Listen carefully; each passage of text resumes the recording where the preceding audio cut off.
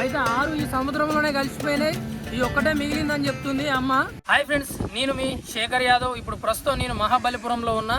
ఇప్పుడు నేను మీకు మహాబలిపురంలో మెయిన్ ప్లేసెస్ అయితే చూపించబోతున్నా. అందులో వచ్చేసి కృష్ణాస్ బటర్ బాల్, ఇంకా అలాగే షోర్ టెంపుల్, ఇంకా అలాగే లైట్ హౌస్ అని చెప్పి ఒక మ్యూజియం ఉంది, ఇంకా అలాగే మహాబలిపురం బీచ్ కూడా ఉంది. ఇవన్నీ కూడా ఈ వీడియోలో కవర్ చేద్దాం. ఒక లైక్ చేసి పూర్తిగా ఎంజాయ్ చేయండి. ఇప్పుడు మనం కృష్ణాస్ బటర్ బాల్ చూడడానికి వెళ్తున్నాం. లోపల ఏమైనా టికెట్ ఉందా లేకపోతే డైరెక్ట్ గా ఉందా? టికెట్ ఉందంట.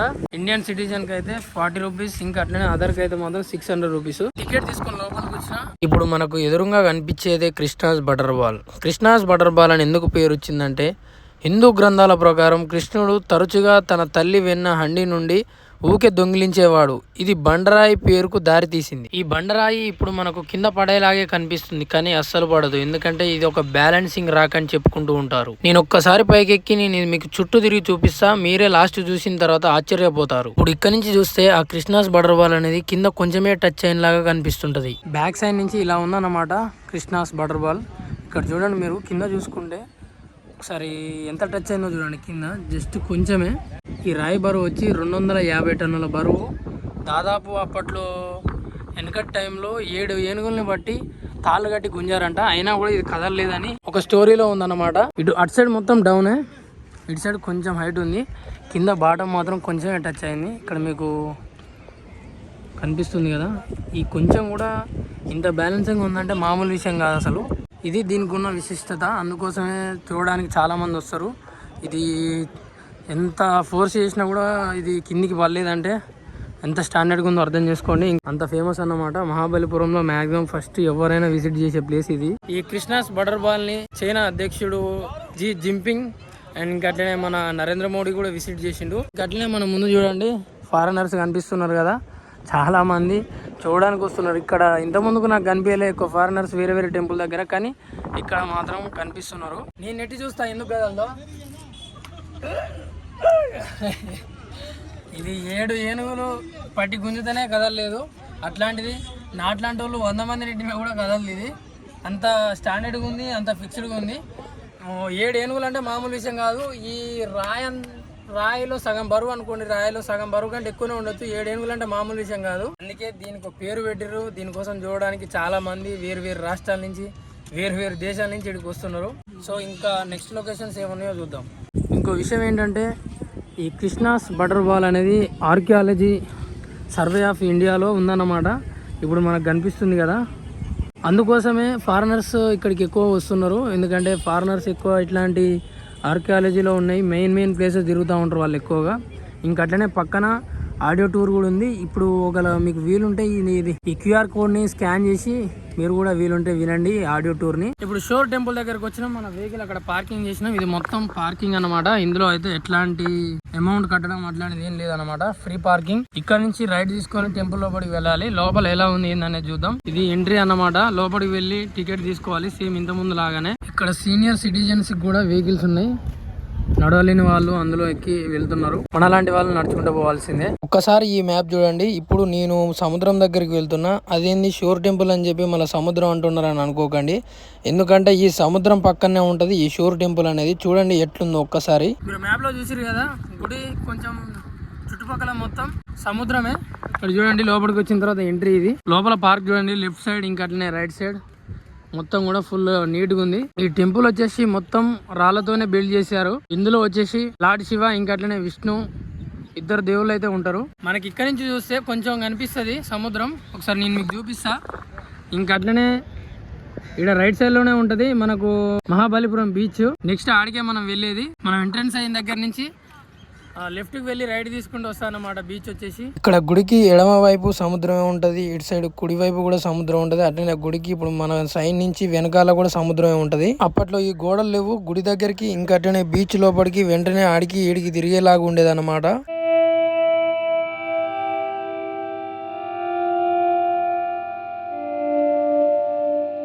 ఇక్కడ అమ్మ వాళ్ళు చూడండి బయట నుంచి ఇవన్నీ అమ్ముతున్నారు.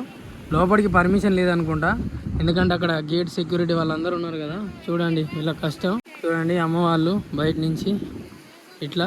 ఇంకోటి ఇటు చూడండి అక్కడ మొత్తము రాళ్ళు. అయితే ఇప్పుడు కనిపిస్తున్న రాళ్ళు ఎందుకు పోసారంటే సముద్రం అనేది వచ్చి గుడికి తాకేదంట. అయితే గుడి ఖరాబ్ అవుతుంది. ఇంకా అట్లనే ఇంకో పెద్ద విషయం కూడా ఉంది ఆ రాళ్ళు పోయడానికి. అదేంటంటే ఇక్కడ సునామీ వచ్చింది 2004లో డిసెంబర్ 26 అనుకుంటా. ఆ సునామీ వల్ల ఇక్కడ చాలా వరకు డ్యామేజ్ అయింది. నాకు తెలిసి ఇప్పుడు కనిపిస్తున్నాయి కూడా డ్యామేజ్ అయ్యి అక్కడ పడినాయి అనుకుంటా. అన్ని గుళ్ళ కంటే ఈ గుడి వచ్చేసి పాత కట్టడం. ఆ పాత కట్టడం కూడా రాళ్లతోనే కట్టారన్నమాట. మనకి ఎక్కడ చూసినా కూడా రాళ్ళే కనిపిస్తాయి చుట్టుపక్కల మొత్తం కూడా. ఇక్కడ ఈ చెక్కడం గానీ ఇదంతా కూడా ఒకసారి చూడండి. గుడి చుట్టూ 3 వైపులా నందులు ఉంటాయి. ఇట్లా ఇప్పుడు కనిపించేటివే మనకు నందులు. చుట్టూ 3 వైపులా ఇటు సైడ్ ఇంకా అట్లనే ముందడి వైపు ఇంకా అట్లనే రైట్ సైడ్ లో కూడా. అక్కడ ఇప్పుడు మనకు కనిపిస్తున్నదే శివుని టెంపుల్. చూడండి ఎంత అద్భుతంగా ఉందో. ఇప్పుడు మనకు కనిపిస్తున్న వైపు వెస్ట్ వైపు ఇటు సైడ్ విష్ణుదేవుడు ఉంటాడు.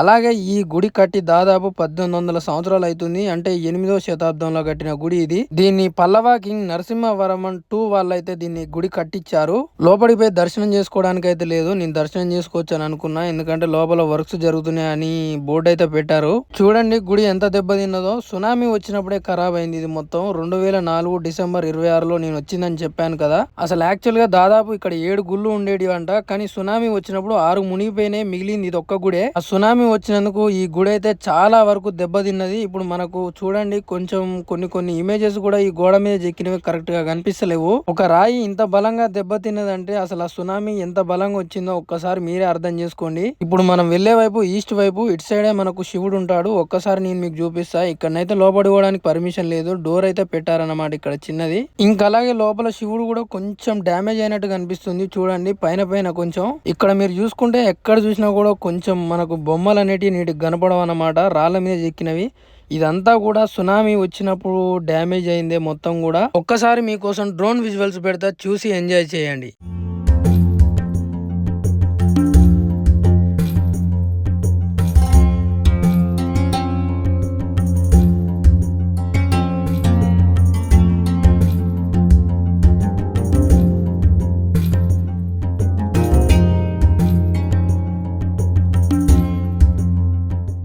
ఇక్కడ చూడండి ఎవరు కూడా పైకి చూపెట్టలేరు, ఎందుకంటే ఇక్కడ కంచి ఉంది. కొంచెం ఎక్కి చూపిస్తున్నా నేను. చూడండి శివలింగం ఇట్లుంది. లోపలికి పోతే క్లియర్ గా కనిపిస్తుంది. కానీ ఇంత ముందుకు మనం చూసిన రాళ్ళు అనేటివి లేనప్పుడు ఆ సముద్రం నీళ్ళు అనేటివి దేవుని గుడికి తాకి చాలా వరకు కొంచెం డ్యామేజ్ అయిందంట. అలా కాకుండా ఉండడం కోసమే చుట్టూ రాళ్ళు పోసారు. ఇక్కడ ఈ గుడి చూసుకోవడం అయితే ఫుల్ కంప్లీట్ అయిపోయింది. ఇంకా చుట్టుపక్కల అయితే అంతగా ఏం లేవు. పురాతనంగా ఏముందో నేను మీకు చూపించిన. మిగతా అన్ని కూడా తయారు చేసి ఇక్కడ పార్క్ కానీ అదంతా కూడా ఇప్పుడు రీసెంట్గా చేసినాయి. నేను మీకు అది చూపించిన కదా టెంపుల్ చుట్టుపక్కల ఉంది. అప్పట్లో వెనకట కట్టిన కట్టడాలే. మిగతా అవన్నీ కూడా ఇప్పుడు చేసినవే. చాలా సౌండ్ వస్తుంది, ఈ సముద్రం సౌండ్, ఈ అలల సౌండ్. అటు సైడ్ పోయినా అంతే, ఇటు సైడ్ వచ్చినా అంతే ఉంది. ఇంత ముందుకు షోర్ టెంపుల్ కు ఆ గేట్ లో నుంచి వెళ్ళినాం, మళ్ళీ అదే గేట్ లో నుంచి బయటకు వచ్చినాం. ఇక్కడ మన కార్ పార్కింగ్ అక్కడనే చేసినాం అనమాట. లెఫ్ట్ లో నుంచి ఇటు వస్తే మనం బీచ్ కి వెళ్ళొచ్చు అనమాట. ఇప్పుడు మన లొకేషన్ వచ్చేసి బీచ్. ఈ మహాబలిపురంలో 3rd లొకేషన్ బీచ్ దగ్గరికి వెళ్తున్నాం. మెరీనా బీచ్ కి ఇంకా అట్లనే మహాబలిపురం బీచ్ కి ఏంటి తేడాలు అనేది చూద్దాం. ఎంట్రీనే ఉసుకతోటి ఉన్నది. ఇక్కడ లెఫ్ట్ సైడ్ మనం షోర్ టెంపుల్ కి వెళ్ళిన దగ్గరికి ఇంకా అట్లనే బీచ్ కి 2 ఆనుకోనే ఉన్నాయి. మీకు చూపించిన కదా పక్కనే సముద్రం ఉందని. ఆ టెంపుల్ చుట్టుపక్కల ఇట్లాంటి ఐరన్ కడ్డీలు కట్టారు, అదొకటే. లేకపోతే బీచ్ లోకి ఎమ్మటినే ఎంటర్ కావచ్చు, బీచ్ లో నుంచి టెంపుల్ దగ్గరికి వెళ్ళొచ్చు. ఈ టెంపుల్ చుట్టూ కడ్డీలు ఎందుకు కట్టిరంటే నేను అనుకునేది ఏంటంటే ఈ టెంపుల్ అనేది ఆర్కియాలజీలో ఉంది కదా, అందుకోసమే చుట్టూ ఈ కడ్డీలు కట్టారన్నమాట. ఎందుకంటే ఎవరు పడితే వాళ్ళు లోపలికి పోతారు కదా, అట్లా పోకుండా ఉండడానికి కోసమే. కాబట్టి ఈ బీచ్ నుంచి డైరెక్ట్ పోతే అట్లా ఎవరు పడితే వాళ్ళు వెళ్ళడానికి ఉంటది కదా, అట్లా ఎట్లా పడితే అట్లా పోకుండా ఉండడానికి ఇవన్నీ కట్టారనుకుంటా. ఇంకోటి ఆర్కియాలజీ సర్వే ఆఫ్ ఇండియా ఖచ్చితంగా కొన్ని రిస్ట్రిక్షన్స్ ఉంటాయి అన్నమాట. కాబట్టే ఇవన్నీ కట్టి కొంచెం సేఫ్గా చేశారన్నమాట ఆ ప్లేస్ని. ఇప్పుడు అదే బీచ్కి అయితే మాత్రం ఫ్రీగా వెళ్ళొచ్చు, టికెట్ ఉండదు, ఏముండదు. ఇప్పుడు మీకు కనిపిస్తున్న దగ్గర నుంచి వచ్చినమాట బీచ్లోకి. అయితే కొంచెం దగ్గరనే ఉంది, రోడ్ దగ్గర నుంచి బీచ్ అయితే. ఇప్పుడు మనకు కనిపిస్తున్నాయి అలలు, చాలా దగ్గర ఉంది. ఇంకా ఇక్కడ కూడా చేపలు అబోట్ అయితే అమ్ముతున్నారు. ఇక్కడ చూడండి మంచిగా తీరొక చేప ఉంది. ఇంకా బీచ్ చూపిస్తా. ఇంకా ఇక్కడనైతే మాత్రం అక్కడ రాళ్ళ దగ్గర పోవడానికి లేదు. ఇక్కడ చూడండి సైడ్కు రాళ్ళు పోసారు ఇక్కడ. ఇంకా అట్లనే మీకు లెఫ్ట్ సైడ్ లో చూసుకుంటే టెంపుల్, ఇంత ముందుకు మనం వెళ్ళిన టెంపుల్ అది. ఇక్కడ ఒక అమ్మాయి ఏం చెప్తుందంటే ఇక్కడ మొత్తం అసలు 7 టెంపుల్స్ ఉండేనంట ఈ సముద్రం దగ్గర. అయితే 6 ఈ సముద్రంలోనే కలిసిపోయినాయి, ఈ ఒక్కటే మిగిలిందని చెప్తుంది అమ్మ. అక్కడ చేపల బండి అమ్మ.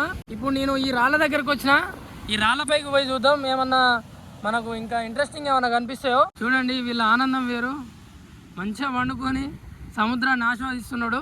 ఈ బీచ్ అనేది కొంచెం భయంకరంగా ఉంది చూడండి. వాటర్ అనేటివి వచ్చి మొత్తం అటే గుంజుకపోయింది. ఎంత ఫోర్స్గా వస్తున్నాయో అదైతే మాత్రం కొంచెం స్లోప్లో ఉండే అన్నమాట. కానీ అట్లా కాకుండా మొత్తం గోడ కట్టినట్టు అయిపోయింది. ఇక్కడ ఈ రాళ్ళు చూడబోతే ఇప్పుడు పోసిన రాట్ లెక్కనే ఉన్నాయి, అంటే ఈ కాలంలో. ఎందుకంటే అప్పటికి కొంచెం డిఫరెన్స్ ఉన్నాయి. అక్కడ చూసినాం కదా గుడి దగ్గర మొత్తం కంప చెట్లే ఉన్నాయి. ఇటు చూడండి మొత్తం గుబురు ఉంది. ఇదే శివ టెంపుల్ ఇప్పుడు మనకు కనిపించేదే. చూద్దాం ఇంకా రైట్ సైడ్ లో ఎలా ఉంది ఏందనేది. సముద్రం మాత్రం ఫుల్ క్లియర్ గా కనిపిస్తుంది. ఇక్కడ నుంచి ఎత్తులో ఉన్నాం కదా, అందుకోసమే కావచ్చు. చూడండి రాళ్ళు ఎక్కిన దగ్గర నుంచి చాలా అద్భుతంగా కనిపిస్తుంది సముద్రం. అక్కడ వరకు ఉన్నాయి రాళ్ళు. ఒకసారి ఎండ దాకా పోయి చూద్దాం, సేమ్ ఇట్లనే ఉందా ఏమన్నా ఇంకేమన్నా కిందకు ఉన్నాయా రాళ్ళు. ఇట్లా వాటర్ వచ్చి తాకి మొత్తం ఇట్లా పైకి లేచి వస్తున్నాయి, ఆ రాళ్ళకి తాకి ఇట్లా ఎగురుతున్నాయి అనమాట.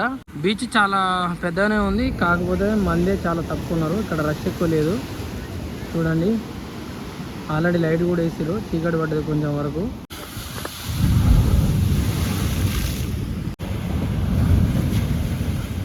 అటు సైడ్ నుంచి ఇటు సైడ్ వచ్చిన ఇక్కడ చూడండి రాళ్ళకి తాకి ఎట్లా లేచి ఎగిరిపడుతున్నాయో వాటర్. అక్కడ చూడండి ఇప్పుడు లేస్తాయి, ఇప్పుడు వచ్చే ఫోర్స్ వస్తాయి మన దగ్గరికి.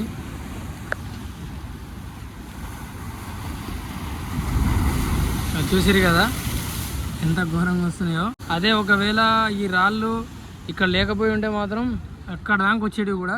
ఇంకో విషయం ఏంటంటే మనం ఫస్ట్ విజిట్ చేసిన ప్లేస్ ఇంకా సెకండ్ విజిట్ చేసిన ప్లేస్ ఈ రెండింటికి టైమింగ్స్ ఉన్నాయి అన్నమాట. మార్నింగ్ 6 గంటల నుంచి సాయంత్రం 6 గంటల వరకు. ఇవి మాత్రం మీరు చూసుకొని రండి, ఎందుకంటే మళ్ళీ టైం దాటితే అలో చేయరు. ఇంకో చూద్దాం అలలు ఎక్కడ దాకా వస్తాయి ఏందనేది. ఎన్ని రాళ్ళే, నడవడానికి కూడా కొంచెం ఇబ్బంది ఉంది రాళ్ళ మీద. కొంచెం మిస్ అయితే ఆ సందులో కాలు పడుతుంది, గిరుగుడే ఉంటది, వేరే పని ఏమి ఉండదు. ఇంకా వేరేది ఏమి ఉండదు, కాలు ఇరిగిపోయి హాస్పిటల్లో కూర్చున్నాడే. ఇక్కడికి లాస్ట్ వరకు వచ్చిన నేనైతే ఈ రాళ్ళ మించి పడి. ఇక్కడ చూడండి సముద్రం అయితే ఫుల్ క్లియర్ గా కనిపిస్తుంది. ఇక్కడ నుంచి కొంచెం చీకటి పడడం వల్ల మనకు అంత క్లియర్ గా కనిపిస్తలే, కానీ ఇప్పుడు అక్కడ లాస్ట్ నుంచి మొదలు పెడితే ఇక్కడికి వచ్చినాం అనమాట. వాటర్ వస్తే ఫోర్స్ మీద పై వరకు వస్తున్నాయి, ఇక్కడ వరకు. ఇక్కడ చీకటి పడుతుంది. ఇంకా అట్లనే కొంచెం చాలా సేపు కూడా ఇక్కడ ఉండడం చాలా మంచిది కాదు, ఎందుకంటే గట్లనే వాటర్ రావడం చాలా ఫోర్స్ ఏమంటే వస్తే ఒకవేళ రాళ్ళు కింద రాళ్ళు పడితే అన్ని నిమ్మలంగా భూమి కింద పడాయి అనుకో, లేనిపోని ఇబ్బంది. కాబట్టి జాగ్రత్తగా ఉండాలి. ఇక్కడికి వచ్చినామంటే చూసుకున్నావా బయటకు వచ్చినాం అన్నట్టు. నేను ఇక్కడ లాస్ట్ వరకు వచ్చిన, లాస్ట్ వరకు ఏం కూడా లేదు, సేమ్ ఇట్లనే రాళ్ళు ఉన్నాయి అన్ని కూడా. ఇక్కడ నుంచి చూస్తే మొత్తం సముద్రమే. అక్కడ బోట్ లాంటివి కానీ ఇంకా ఏం కూడా కనిపిస్తలేవు. నేనున్నది మాత్రం, నేను వచ్చింది ఇట్లా లాస్ట్కి అన్నమాట. అటు ముందడికి వెళ్దాం. ఈ బీచ్లో రష్ ఎక్కువ లేదు, ఇంకా అట్లనే చూడడానికి కూడా బాగుంది. ఇంకా మెరీనా బీచ్ కంటే ఇక్కడ అంత వెరైటీలు అయితే ఏం కూడా లేవు. సేమ్ ఆ బీచ్ ఎలా ఉందో ఇక్కడ కూడా సేమ్ అట్లనే ఉంది. ఇంకా అట్లనే చూడండి శివ టెంపుల్ దగ్గర లైట్లు వేశారు. ఇంకా 6 అయితే క్లోజ్ చేస్తారు. మరి లైట్లు ఎనీ టైం అట్లనే ఆన్లో ఉంటాయి కావచ్చు. నేను మీకు ఆల్రెడీ టైమింగ్స్ చెప్పాను కదా, ఆ టైం వరకే పర్మిషన్ ఉంటుంది అందులోకి. ఇక్కడ లెఫ్ట్ సైడ్ మొత్తం సముద్రమే, చాలా ఫోర్స్ఫుల్గా వస్తున్నాయి అలలు అయితే. సో ఈ వీడియో అయితే ఇక్కడితో ముగిస్తున్నా. మరొక వీడియోలో మళ్ళీ కలుస్తా.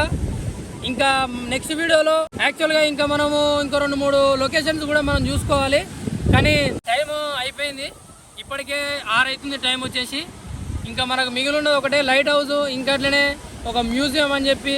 ఆ 2-3 అనేటివి నెక్స్ట్ బ్లాగ్లో కన్ఫామ్గా నేను మీకు చూపించడానికి ప్రయత్నిస్తా. ఇంకా అట్లనే నేను మీకు ఇక్కడ ఒకటి చూపించదలుచుకున్నా, ఏంటిదంటే లైట్ హౌస్ అని చెప్పినా కదా. లైట్ హౌస్ అనేది ఇక్కడ నుంచి చూస్తే మనకు క్లియర్గా కనిపిస్తుంది. లైట్ ఫోకస్ కొడుతుంది చూడండి అక్కడికి, అదే లైట్ హౌస్ అన్నమాట. ఈ లైట్ హౌస్ దగ్గరికే మనం రేపు మార్నింగ్ పోయేది. నేను మీకు మార్నింగ్ వెళ్ళి లైట్ హౌస్ ఎలా ఉంటుంది ఏందనేది అయితే మొత్తం చూపించబోతున్నా. చూసారు కదా లైట్ హౌస్ అని, ఆ లైట్ హౌస్ దగ్గరికే మనం రేపు వెళ్ళబోతున్నాం. ఇంకా అలాగే రేపటి వీడియో కూడా చాలా ఇంట్రెస్టింగ్ ఉండబోతుంది. వీలైతే మీ ఫ్రెండ్స్కి ఇంకా అట్లనే మీ ఫ్యామిలీ ఫ్రెండ్స్కి కూడా షేర్ చేయండి. ఇంకా సబ్స్క్రైబ్ చేసుకోకుండా సబ్స్క్రైబ్ అయితే చేసుకోండి.